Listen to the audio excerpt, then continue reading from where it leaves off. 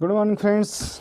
देखिए कक्षा 9वीं अर्धवार्षिक परीक्षा 2022-23 विषय गणित का है प्रश्न पत्र। तो देख लेते हैं कि आपको कैसा प्रश्न पत्र आने वाला है और उनके उत्तर क्या होंगे। तो प्रश्न क्रमांक एक में लिखा है सही विकल्प का चयन कीजिए। मूल बिंदु के निर्देशांक होते हैं तो ये 0 0 होते हैं, ठीक है। फिर रैखिक बहुपद की घात होती है, ये क्या आ जाएगा 1 होती है। फिर एक परिमेय संख्या तथा एक अपरिमेय संख्या का योगफल या अंतर होती है तो क्या होगी अपरिमेय होता है। फिर रैखिक समीकरण y बराबर 3x + 5 का एक अद्वितीय हल है, कोई हल नहीं है, केवल दो हल है। अपरिमित रूप से अनेक हल है तो इसके अनेक हल होंगे क्योंकि x का मान आप बदलते जाएंगे, y का मान बदलते जाएगा। किसी त्रिभुज के तीनों अंतः कोणों का योग 180 अंश होता है। नेक्स्ट क्वेश्चन है शून्य बहुपद की घात खालिस्तान होती है। तो शून्य बहुपद की घात जो है अपरिभाषित है, ये परिभाषित नहीं है। अब खालिस्तान देख लेते हैं। तो बहुपद x-4 का शून्यक, तो इसका पक्षांतरण करेंगे तो क्या आ जाएगा ऋण 4। फिर है बहुपद त्रिभुज का प्रत्येक कोण 60 अंश का होता है, ठीक है। फिर जब दो आसन कोणों का योग 180 अंश हो तो वे कोण खालिस्तान होते हैं बनाते हैं। तो ये 180 अंश का हो तो रैखिक युग्म बनाते हैं। फिर 2 धन वर्गमूल 3 धन 3 ऋण वर्गमूल 3 एक खालिस्तान संख्या है। तो देखिए दोनों को यदि जोड़ देंगे तो वर्गमूल 3 से वर्गमूल 3 कट जाएगा, तो 2 और 3 क्या हो जाएगा 5, तो ये हो जाएगा परिमेय संख्या है। नेक्स्ट है y धन y² धन 4 एक दो खालिस्तान बहुपद है तो द्विघाती है रेखीय, तो यहाँ 2 की घात है तो ये कहा जाएगा द्विघाती बहुपद है। नेक्स्ट क्वेश्चन प्रत्येक रैखिक बहुपद का एक अद्वितीय खालिस्तान होता है तो एक अद्वितीय शून्यक होता है। फिर सभी परिमेय एवं अपरिमेय संख्याओं को एक साथ लेने पर खालिस्तान का संग्रह प्राप्त होता है तो वास्तविक संख्याओं का संग्रह प्राप्त होता है, ठीक है बच्चों। अब देखते हैं नेक्स्ट प्रश्न क्रमांक 3 सही जोड़ी। सही जोड़ी को देख लीजिए कि किस तरीके की सही जोड़ी रहने वाली है। उनका आंसर भी यहाँ मैंने लिख दिया हूँ। जैसे पहला है 0.45 धन 0.28, दोनों के यदि आप जोड़ते हैं तो उत्तर f मतलब 0.73 आएगा। फिर है ऋण 306 भागित 9, 9 का यदि भाग देते हैं तो ऋण 34 बार जाएगा, ऑप्शन नंबर ए। फिर है ऋण 4 गुणित ऋण 3.5, इनका गुणा करेंगे तो ऋण ऋण धन हो जाएगा, ऑप्शन नंबर ई 14 हो जाएगा।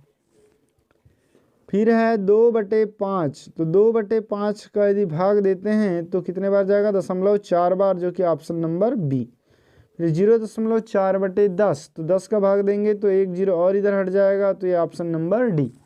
तो इस तरीके से आपकी सही जोड़ी कंप्लीट हुई। अब नेक्स्ट क्वेश्चन देखिए क्या लिखा हुआ है। निम्नलिखित प्रश्नों के उत्तर एक शब्द या वाक्य में लिखिए। 2 ऋण 2 वर्गमूल 3 धन 7 धन 2 वर्गमूल 3 का योग होगा, दोनों को जोड़ देंगे तो इससे कट गया तो 5 धन 7 12 हो जाएगा, उत्तर 12। 30 अंश के पूरक कोण का मान लिखिए। तो 30 का पूरक 60 होता है। 0 और 1 के बीच कोई एक परिमेय संख्या लिखिए। तो कोई भी एक लिख सकते हैं, 1/2 1/3 1/4 1/5 ऐसी कोटि भी संख्या आप लिख सकते हैं। फिर बिंदु 2 और 3 के भुज का मान लिखिए। तो देखिए भुज का मतलब होता है x अक्ष का मान, एक और कोटि का मतलब y का मान, तो ये x का मान 2 आ जाएगा। फिर अपरिमेय संख्या का कोई एक उदाहरण लिखिए। तो अपरिमेय जो वर्गमूल में रहती है उसको अपरिमेय कहते हैं, जैसे वर्गमूल 3 हो गया, वर्गमूल 5, वर्गमूल 2, वर्गमूल 7, वर्गमूल 8, ठीक है। फिर यदि x धन 5 बराबर 7 हो तो x का मान क्या होगा, तो इसका पक्षांतरण करें तो 7 ऋण 5 बराबर क्या बचेगा 2। फिर 2x³ ऋण 3x² धन 4x धन 5 की घात है। तो देखिए सबसे बड़ी घात 3 है तो यहाँ उत्तर हो जाएगा 3 की घात। अब सत्य असत्य देख लेते हैं। तो निम्न पहला लिखा है 5x धन 4 एक रैखिक बहुपद है तो 1 की घात है, इसलिए सत्य है। यदि दो रेखाएं परस्पर प्रतिच्छेद करती है तो शीर्षाभिमुख कोण बराबर होते हैं, ये भी सत्य है। फिर वर्गमूल 3 एक परिमेय संख्या, ये असत्य है क्योंकि यह अपरिमेय संख्या है। फिर है अचर बहुपद की घात 1 होती है, ये भी असत्य है क्योंकि 0 होती है। फिर 2 परिमेय संख्याओं के बीच अनंत परिमेय संख्या होती है, बिल्कुल सत्य है। फिर प्रत्येक पूर्णांक एक परिमेय संख्या होती है, ये भी सत्य है, ठीक है फ्रेंड। इसके बाद देख लीजिए प्रश्न क्रमांक 6, दी गई आकृति के छायांकित भाग को निम्न के रूप में लिखिए। तो ये हो जाएगा, यहाँ 3 भाग छायांकित है तो ये क्या हो जाएगा 3/4, ठीक। या इनको यदि आप जोड़ते हैं तो ये 2/7 आ जाएगा, ठीक है। दिए गए प्रश्न को हल करके बॉक्स में उत्तर लिखिए। तो 50/7 में भागफल तो 7 बार भाग जाएगा तो भागफल 7 होगा और शेषफल 1 बचेगा। सरल कीजिए 4/5 भागित 8/10, इसको पलट देंगे तो हो जाएगा 10/8, तो 2/2 बराबर 1। या दी गई आकृति में 2/3 भाग को छायांकित कीजिए। तो देखिए 3 में 2 भाग छायांकित करना है, तो ये 3 में ये 2 कर दिए और ये 3 में 2 कर दिए, तो 4 भाग छायांकित हो जाएंगे। यदि 1 दर्जन केले का मूल्य 60 रुपये हो तो 4 किलो का मूल्य कितना होगा। 1 दर्जन में 12 केले होते हैं, 12 का भाग देंगे तो कितना आ जाएगा 5 रुपये का 1 केला होगा, तो 5 चौके 20 रुपये आ जाएगा उत्तर।